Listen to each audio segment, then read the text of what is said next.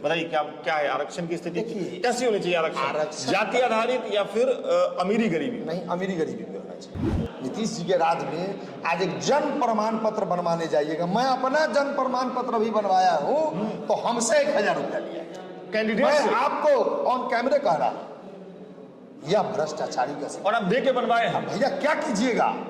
अपना जन्म प्रमाण पत्र बनवाने के लिए राघोपुर से प्रशांत किशोर के प्रत्याशी चंचल कुमार ने घूस दी। वो कहते हैं जाति के आधार पर तो आरक्षण को खत्म ही कर देना चाहिए। ऐसे कई मुद्दों पर जनसुराज के उम्मीदवार ने लोकमत से बात की और कई सवालों पर वो खुद ही घिर से गए। आखिर कौन है चंचल सिंह, जिन्हें पीके ने तेजस्वी के सामने चुनावी मैदान में उतारा, वो भी उस सीट से जहां से प्रशांत किशोर के लड़ने की चर्चाएं सबसे ज्यादा थी।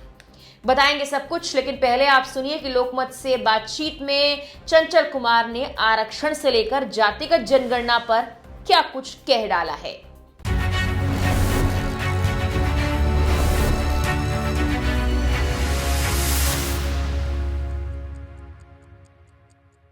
ये सवाल मेरा आपसे है, जैसे बिहार में जब चुनाव हो रहा है और आप चुनाव लड़ रहे हैं, दो बड़े टॉपिक है जो बिहार में बड़ी चर्चा रही। एक जातीय सर्वेक्षण, ये जातीय जनगणना, इस पर मैं आपकी राय जानना चाहता हूँ।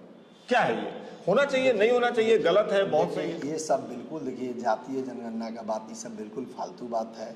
ये सब चुनावी प्रोपेगेंडा लोग बनवा रहे हैं चुनाव के समय ला करके, और ये सब चीज को करने से क्या मिल गया उन जाति के लोगों को। विकास की बात होना चाहिए, शिक्षा का बात होना चाहिए, रोजगार का बात होना चाहिए। कितना हजारों करोड़ रुपया जो जातीय जनगणना कराने में खर्च हुआ, इससे मिला क्या बिहार की जनता? गिनती हुई, पता चला कौन सी जाति किस स्थिति में, ताकि योजनाएं बने। इसको कराने से जनता को क्या मिला, पब्लिक को क्या मिला, मैं ये जानना चाहता हूँ। आपके साथ तो कुछ नहीं मिला? कुछ नहीं मिला। पब्लिक को क्या मिला? पब्लिक को भ्रमित करके और जात पात में आज भी बांटने के काम जो दल के लोग कर रहे हैं, वो बिल्कुल ही लोगों के साथ गलत कर रहे हैं। और जनसुराज जो आई है आज लोगों के बीच, वो सिर्फ और सिर्फ व्यवस्था परिवर्तन करने के लिए आई है। हमारे नेता बार बार कह रहे हैं जनसुराज जीते या न जीते, बिहार की जनता की जीत होनी चाहिए, बिहार में व्यवस्था परिवर्तन होना चाहिए, बिहार में शिक्षा की बात होनी चाहिए। आखिर में ये बताइए, आरक्षण पे क्या राय है आपकी? ये भी बड़ा टॉपिक है, बर्निंग टॉपिक है बिहार के लिए। चुनाव बदल गया था पिछला आरक्षण पे, बताइए क्या क्या है आरक्षण की स्थिति, कैसी होनी चाहिए आरक्षण जाति आधारित या फिर अमीरी गरीबी? नहीं, अमीरी गरीबी भी होना चाहिए, किसी भी दिन अमीरी गरीबी भी होना चाहिए। जाति वाला खत्म कर देना। अरे भैया, आरक्षण की जरूरत चिराग पासवान जी को है क्या?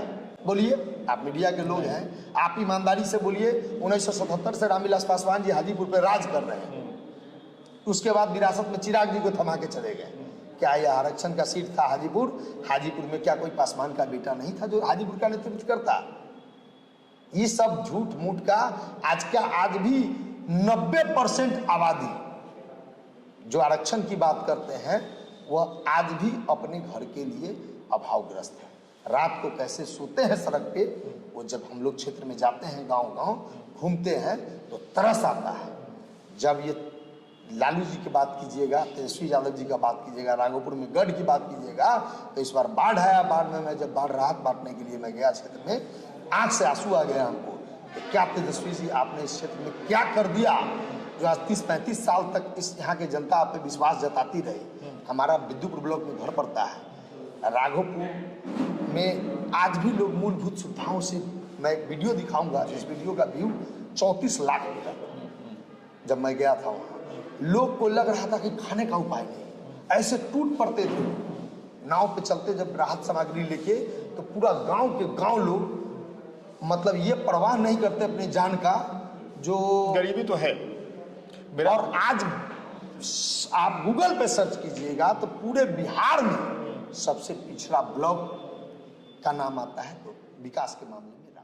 अब बिहार की जनता चंचल कुमार के इस बयान को कैसे लेती है, ये देखने वाली बात है, क्योंकि अक्सर आरक्षण पर बोलने से नेताओं को राजनीतिक नुकसान या विवाद झेलने पड़े हैं। उदाहरण के लिए मोहन भागवत ने कहा था कि आरक्षण नीति की पुनर्समीक्षा होनी चाहिए और एक स्वतंत्र आयोग तय करे कि कौन कौन इसका लाभ पाए। बिहार चुनाव 2015 के दौरान विपक्ष ने इसे आरक्षण खत्म करने की साजिश बताया। नीतीश कुमार से लेकर लालू यादव ने इसे मुद्दा बना लिया था। आखिरकार एनडीए को इसका भारी नुकसान हुआ था। अरुण शौरी भारतीय जनता पार्टी के जाने माने बौद्धिक चेहरों में से एक थे। वो अटल बिहारी वाजपेयी सरकार में विनिवेश, दूरसंचार और सूचना प्रौद्योगिकी मंत्री रहे। उन्होंने कई बार कहा था कि आरक्षण की नीति योग्यता पर असर डालती है, इसे स्थायी नहीं बल्कि अस्थायी व्यवस्था होना चाहिए था। नतीजा ये हुआ था कि उनके बयान को आरक्षण विरोधी करार दिया गया। कई संगठनों ने इसे सामाजिक न्याय पर हमला कहा। पार्टी ने आधिकारिक तौर पर कहा था कि ये उनका व्यक्तिगत विचार है, पार्टी की नीति नहीं। इसके बाद धीरे धीरे शौरी को मुख्यधारा की राजनीति से दूर कर दिया गया। वाजपेयी सरकार के बाद से किसी भी अहम पद पर वो नहीं लौटे। बाद के वर्षों में वो मोदी सरकार के आलोचक बन गए और पार्टी से पूरी तरह अलग थलग पड़ गए। एक और उदाहरण राहुल गांधी का आपको देते हैं। एक विदेशी कार्यक्रम में राहुल गांधी ने कहा था, जब भारत न्यायपूर्ण समाज बन जाएगा तब आरक्षण की जरूरत नहीं रहेगी। परिणाम यह हुआ कि बयान को आरक्षण खत्म करने की बात के रूप में पेश किया गया। भाजपा ने इसे हथियार बनाया और कांग्रेस को रक्षात्मक मोड में जाना पड़ा। बाद में राहुल को सफाई देनी पड़ी कि हम आरक्षण बढ़ाएंगे, खत्म नहीं करेंगे। चंचल सिंह ने लोकमत से बातचीत में यह भी खुलासा किया कि उनके जन्म प्रमाण पत्र बनवाने के दौरान उनसे घूस मांगी गई थी और उन्होंने 1000 रुपए की घूस दी भी। नीतीश जी के राज में आज एक जन्म प्रमाण पत्र बनवाने जाइएगा, मैं अपना जन्म प्रमाण पत्र भी बनवाया हूँ, तो हमसे 1000 रुपया लिया। कैंडिडेट मैं से। आपको ऑन कैमरे कह रहा हूं, यह भ्रष्टाचारी का और आप दे के बनवाए हम। भैया क्या कीजिएगा, इमरजेंसी था, मेरे लड़के ने मुझे फोन किया, भैया 1000 रुपया मांगा हो, यहाँ तो बिना पैसा ले लेना बनो। तो मैंने वीडियो साहब को भी फोन किया। आप धरना देते, प्रदर्शन कर देते, आप तो कैंडिडेट है, आप करप्शन करके बनवा रहे हैं। नहीं समझे, करप्शन करके नहीं बनवा रहे हैं। आप करप्शन का हिस्सा बने ना, घूस भैया दिया। करप्शन का हिस्सा ने एक दिन आज पेपर बनवाना था और आज के आज जो जिस किसी को भी बनवाना पड़ता है उनको बिना पैसा दिए हुए आपका एक काम नहीं हो सकता है। हमको आज 2 महीना पहले, 1 महीना पहले लगभग हत्या की धमकी मिली मुझे, इस चुनाव से तुम हट जाओ नहीं तो तुम्हारी हत्या करा दी जाएगी। मैंने जाके सनहा दर्ज कराया, आज तक उस पर कोई भी कार्रवाई नहीं। बता दें कि चंचल सिंह नीतीश की पाठशाला से राजनीति की ट्रेनिंग लेकर आए हैं और अब जनसुराज से चुनावी मैदान में उतरकर वो आरजेडी को कड़ी टक्कर देने के लिए तैयार हैं। 37 साल के चंचल राजपूत समाज से आते हैं। वो साल 2014 से 2023 तक जेडीयू व्यापारिक प्रकोष्ठ यानी व्यवसायिक प्रकोष्ठ के प्रदेश महासचिव रहे। होटल और रियल एस्टेट का कारोबार करते हैं, साथ ही जेडीयू की अधिकार रैली के भी संयोजक रहे हैं। इसके अलावा नमामि गंगे प्रोजेक्ट के कॉन्ट्रैक्टर रहते हुए सोनपुर घाट और सिमरिया घाट का निर्माण कराया। बीहपुर के मयाराम पथरिया में मार्केट कॉम्प्लेक्स और हाजीपुर शहर में 4 से 5 बहुमंजिला इमारतों का निर्माण करवाया।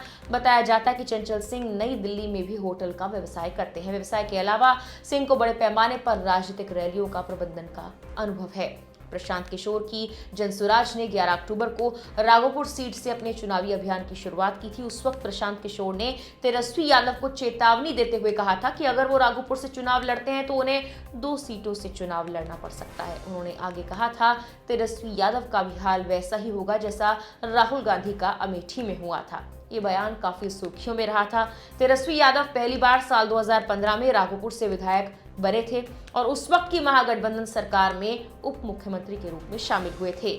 राघोपुर विधानसभा सीट बिहार के 243 विधानसभा सीटों में से एक है और उसका निर्वाचन क्षेत्र संख्या 128 है। ये एक अनारक्षित सीट है। इस सीट पर राष्ट्रीय जनता दल यानी आरजेडी, जनता दल यूनाइटेड यानी जेडीयू, भारतीय जनता पार्टी और कांग्रेस प्रमुख पार्टियां हैं। ये सीट हाजीपुर लोकसभा क्षेत्र के अंतर्गत आती है। इस सीट को यादव बहुल क्षेत्र माना जाता है। राघोपुर सीट पर 31% यादव समुदाय के मतदाता, 18% अनुसूचित जाति के मतदाता और 3% मुस्लिम मतदाता हैं। साल 2020 के बिहार विधानसभा चुनाव में राजद उम्मीदवार तेजस्वी यादव ने राघोपुर सीट पर 38,174 वोटों के अंतर से जीत हासिल की थी। उन्हें 97,404 वोट मिले थे और उनका वोट शेयर 48.4% था। उन्होंने भाजपा के उम्मीदवार सतीश कुमार को हराया, जिन्हें 59,230 वोट मिले थे। लोक जनशक्ति पार्टी के उम्मीदवार राकेश रोशन को उस वक्त 29,947 वोट मिले थे और वो तीसरे स्थान पर रहे थे। साल 2015 की बात की जाए तो इस सीट पर तेजस्वी यादव ने राघोपुर सीट पर 22,733 वोटों के अंतर से जीत हासिल की थी। उन्हें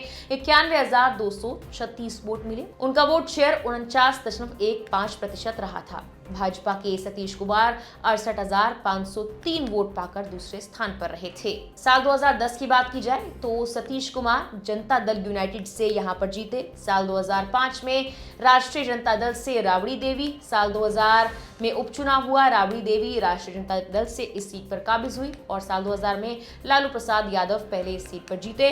1995 में भी लालू प्रसाद यादव का ही सीट पर कब्जा रहा। प्रशांत किशोर के सीट पर चंचल कुमार को उतारने के बाद क्या आरजेडी को अपनी इस पारंपरिक सीट पर चुनौती का सामना करना पड़ सकता है, ये देखना दिलचस्प होगा। फिलहाल के लिए इस वीडियो में इतना ही।